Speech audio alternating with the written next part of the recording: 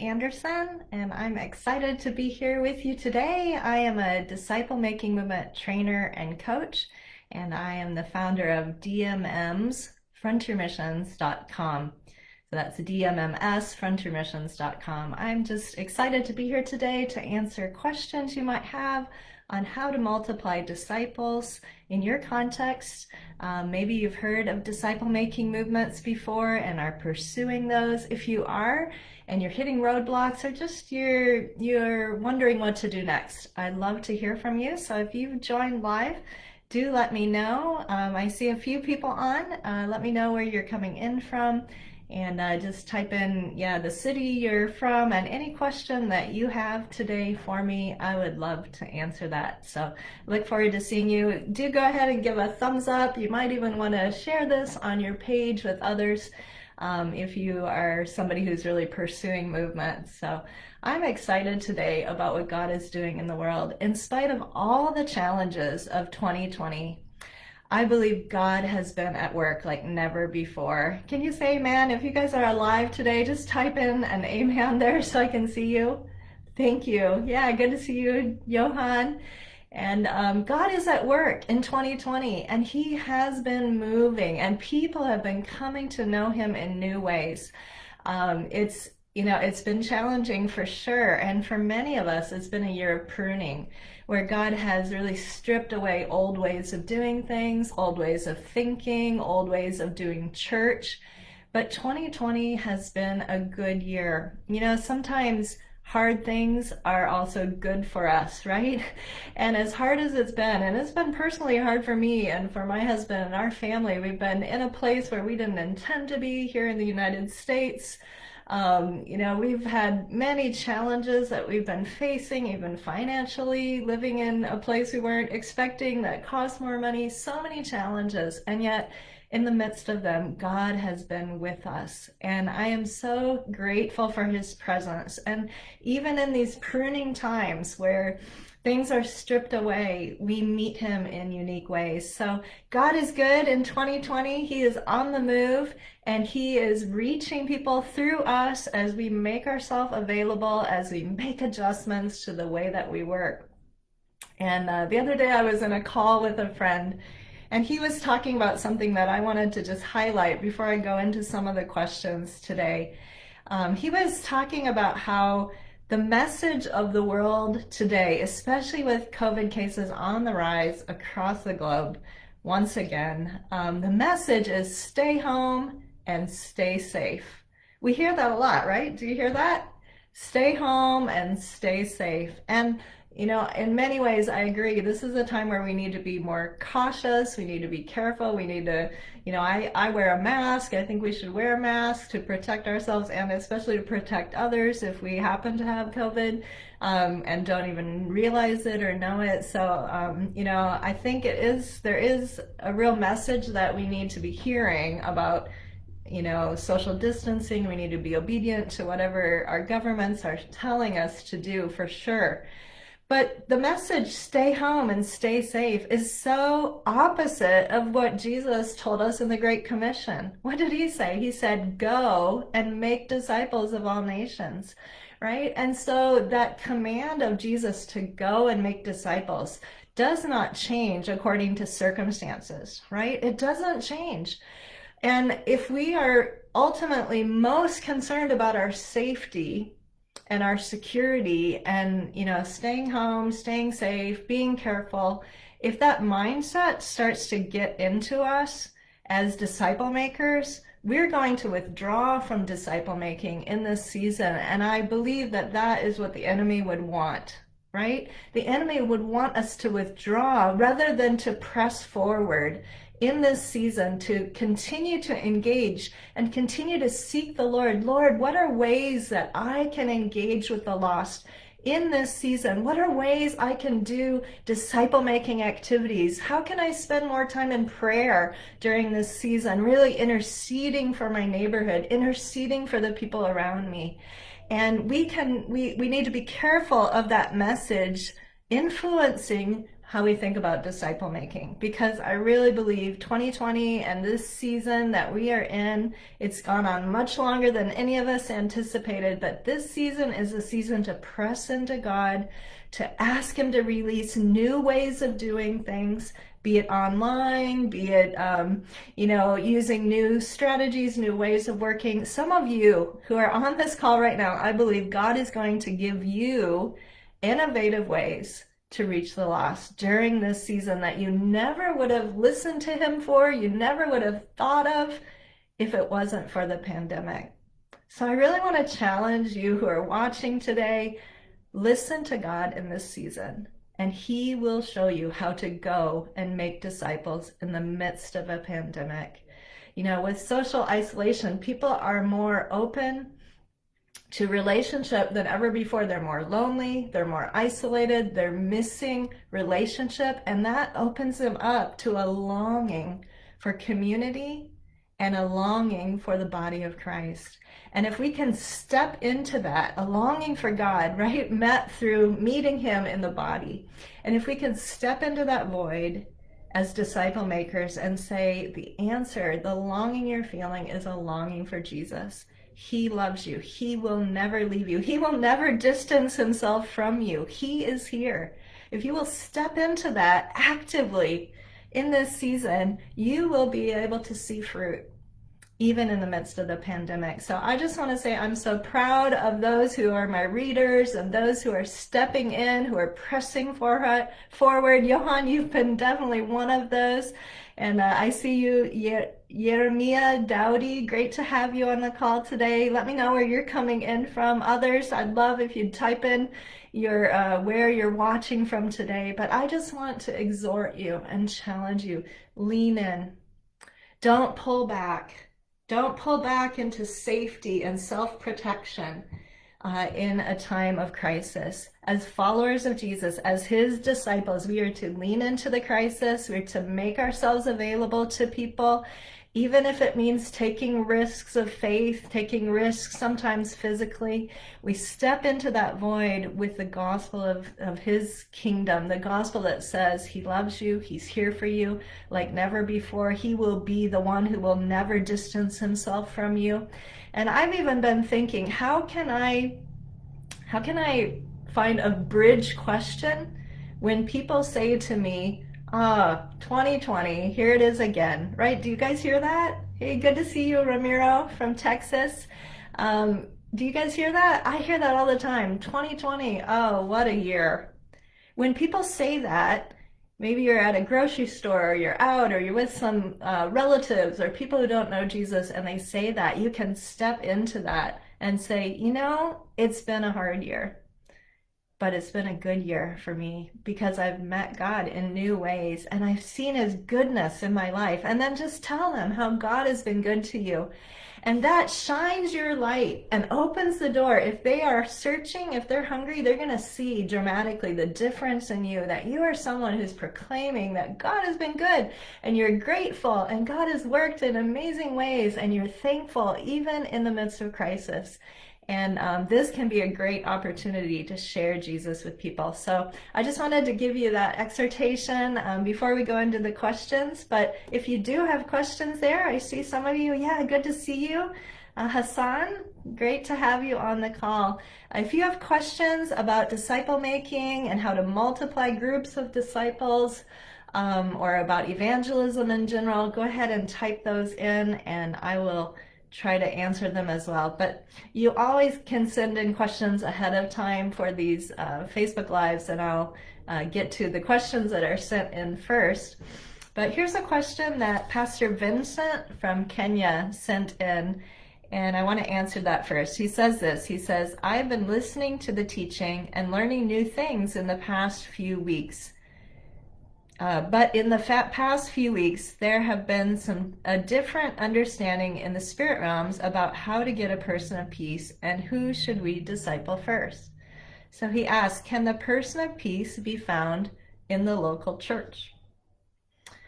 And the focus actually is on the lost outside, those who need to hear the gospel according to Romans 10:14. Okay, so here's this question, and it's a good one. Now, is it wrong to disciple people from our local churches, train them in DMM principles, disciple making movement principles, and send them to go out to the field for soul winning? Well, Vincent, obviously, the answer to that, the simple answer is no, of course it's not wrong to train and equip local believers to go and do the work of the ministry. And it can be a very significant, important part of your strategy to mobilize people and equip them as disciple makers. And so, yes, you want to be doing that. And in my course, and I refer to making a lost and a saved list. And Ying Kai of T4T, he taught me that. And so I want to give him credit, Ying, for that. And it has helped me so much to make a list of people who are lost and people who are saved. And you want to be sharing Jesus with the lost, and you want to be training the saved. So both of those are needed as we launch DMMs, as we mobilize people for disciple making movements. But I think the reaction that you're hearing, and maybe what you're perceiving, Pastor Vincent, is that we do need to stay focused on the lost. And that is usually the bigger challenge that we face than focusing on those who are saved. Often we put so much of our resource into the church and into existing programs and training our youth and women and doing this program and that program for those who already know Jesus. While 2 billion people still remain who have no relationship even with anyone who could share the gospel with them. And so we must continue to put significant focus, perhaps the majority of our focus, on those who are not yet reached.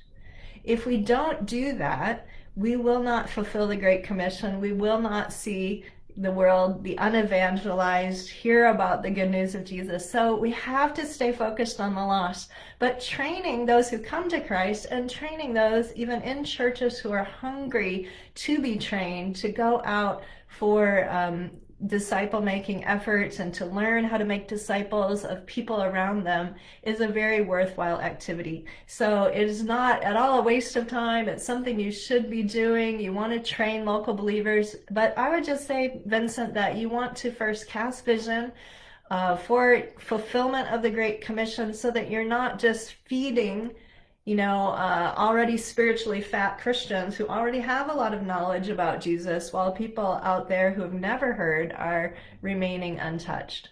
So that's the concern, and that's what you have to be careful of, is that you stay focused, a significant part of your focus, and for some that will be your only focus, to focus on the lost and only on the people that you lead to Christ and who come into your movement and discipling them well.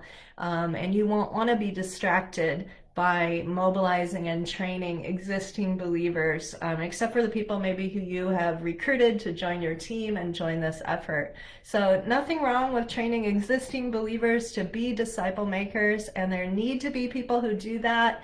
It can definitely be part of your strategy. Now, let me just get to the question. And again, if there's other questions, go ahead and be putting those in to the chat so I can answer them next, because this is really the only question that was sent in. But I want to speak to the question of who is a person of peace. And a person of peace is usually someone that you find in the harvest. The passage that we use to describe that is Luke chapter 10.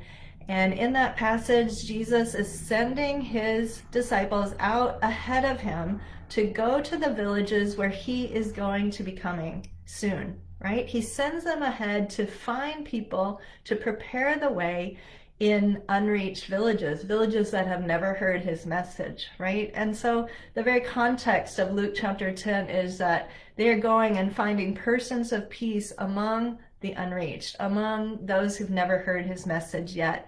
And those people welcome them into the community. Those people welcome them and hear their message, and they also gather others to hear this message. And then you work through that person of peace to reach that entire community. That's the nature of a person of peace. And I actually have an ebook on my website, dmms.frontiermissions.com, a free ebook. You can go there and download it on what is a person of peace, how do you find them, and some other great resources about that there. And Vincent, I believe you've probably done that already. But yes, a person of peace is usually going to be someone who is already among the unreached. They're people who haven't yet really come into a living relationship with God, but as soon as they hear your message and they receive you. Now, let me just speak about how people who are local partners can also play a very significant role. So when you go into a new area, if you cast vision in a church, or you cast vision to local believers who speak the language, they understand the context you're in well, those people can also be important local partners for you, especially if you're an outsider. Or if you're an insider, they're people who can join your team and work together with you to reach that people. And they can be very important, significant players in seeing the launching of a DMM. Sometimes I would even say they're very critical to have on your team. I was just talking on a coaching call with someone who is working in Canada among Sikhs. And he was telling me that it's been really hard for him as a Caucasian, a Westerner, to break into that community.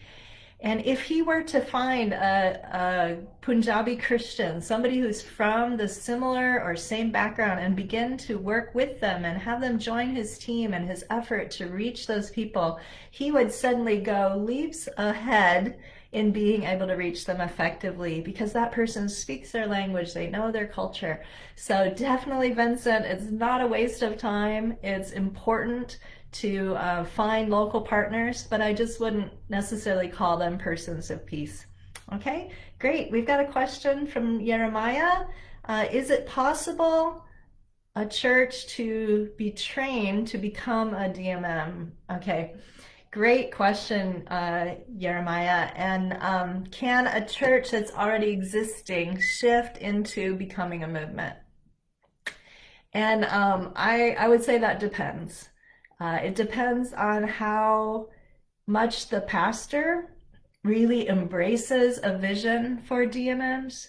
It depends on how much he is able to convince his members to embrace new ways and a multiplication strategy.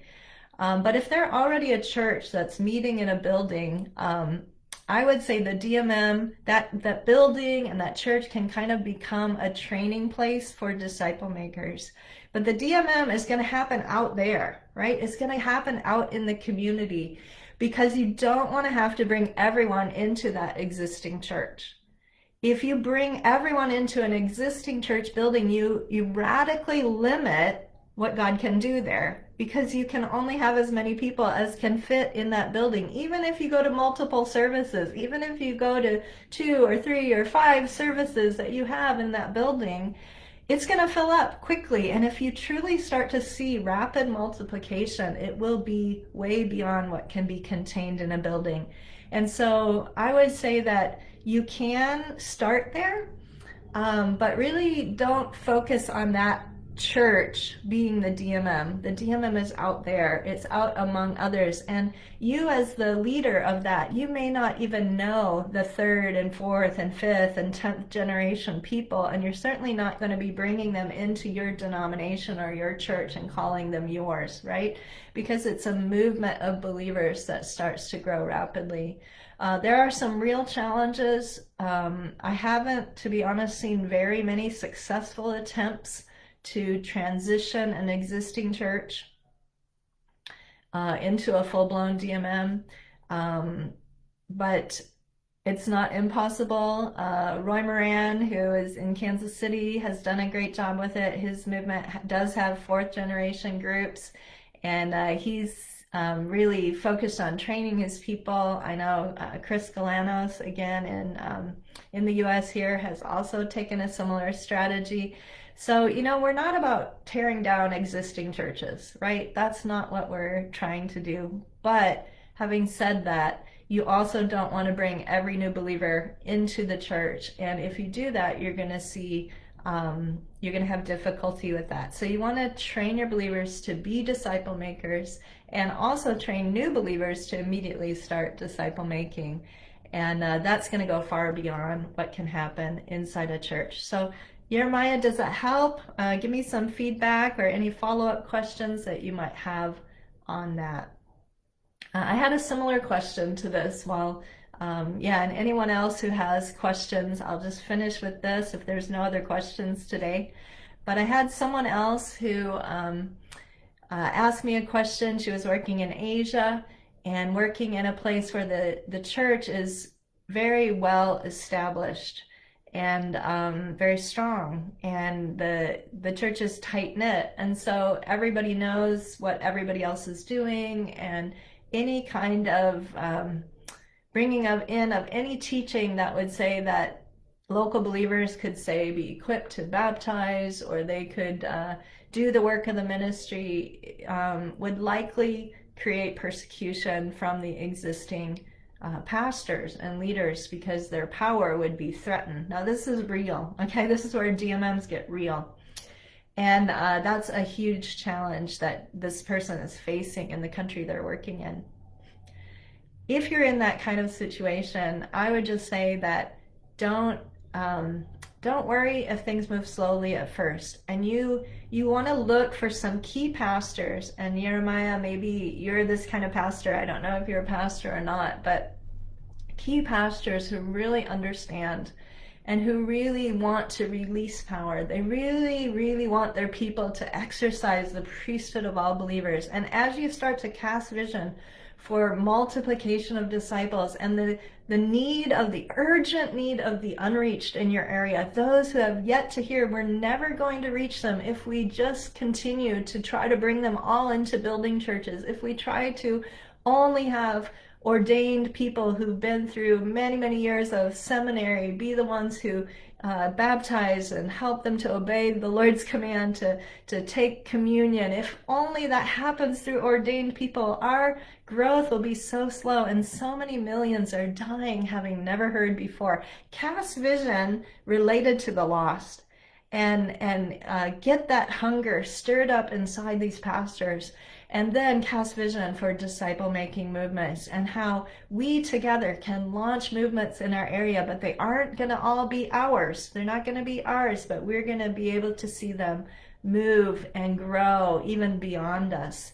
And that heart of giving away power and authority of 2 Timothy 2:2, of multiplying disciples, will be effective if you're in that kind of a context. And then start small. Do a model, help them maybe with their church to start multiplying and training their believers to do what Vincent, you were saying, to share their testimonies, to go out and start new groups of disciples. And that would be the one thing I would add, Vincent, if you're still here and listening, is you mentioned soul winning. Should we train people for soul winning? And I would just say to that, go beyond that. Don't train them for soul winning. Train them to be disciple makers, because that's what Jesus commanded, right? Go and make disciples. So we need to equip and train the people whose lives we're engaged with to be able to do that. Not only to share their faith and help someone pray a sinner's prayer, but to start a group of disciples with those people who do respond, who do show interest, and to know how to train them as disciples until they can train others. That's the command that Jesus gave us. And every disciple of Jesus needs to be equipped and empowered to do that. And they need help to gain confidence in their skills and their understanding of how to do that. But every single follower of Jesus can go and make disciples. So I want to encourage you guys today, go train disciple makers. Go make disciples yourselves, and in spite of COVID, in spite of the pandemic, lean into God, lean into his purposes, ask him what he's doing and what he wants you to do, and he will show you. It's a time for us to press in. It's not a time for us to withdraw, but to press into God, to receive from him his ways of doing things that he wants to equip us in. He will give you those creative downloads by the Holy Spirit of how to be effective if you'll continue to persevere and continue to seek him in that. So I just want to see if there's any questions that are left there. Thanks, Jeremiah. Great to see you. Um, Let me just read what he said. I'd like to multiply disciples. We request more DMM training in our area. Awesome. Yeah, and I do have an online course, Jeremiah. If you haven't taken it yet, I should mention that. You can again go to my website, dmmsfrontiermissions.com, and there's information there, or you can go to ywamfm.teachable.com and you'll find my course there as well. We'll be launching a new cohort in January, so we're gearing up for that. I'm really asking God, and I would invite you to ask God with me. I'm asking God for 500 new disciple makers to join that training in January, and we're going to multiply and grow. And I believe we will see hundreds of new movements launched through those students. So pray with me for that. And again, remember, don't stay safe. I mean, stay safe physically and wear your mask, do what you need to do, social distance, but don't stay safe in your spirit. Be a risk taker. Be a bold risk taker, an innovator for the kingdom of God in this season, and go and make disciples. God bless you guys, and we'll see you next week. I'm here every Friday at 9 a.m. either interviewing someone or here to answer questions you have about disciple making. So God bless you guys. Have a great week.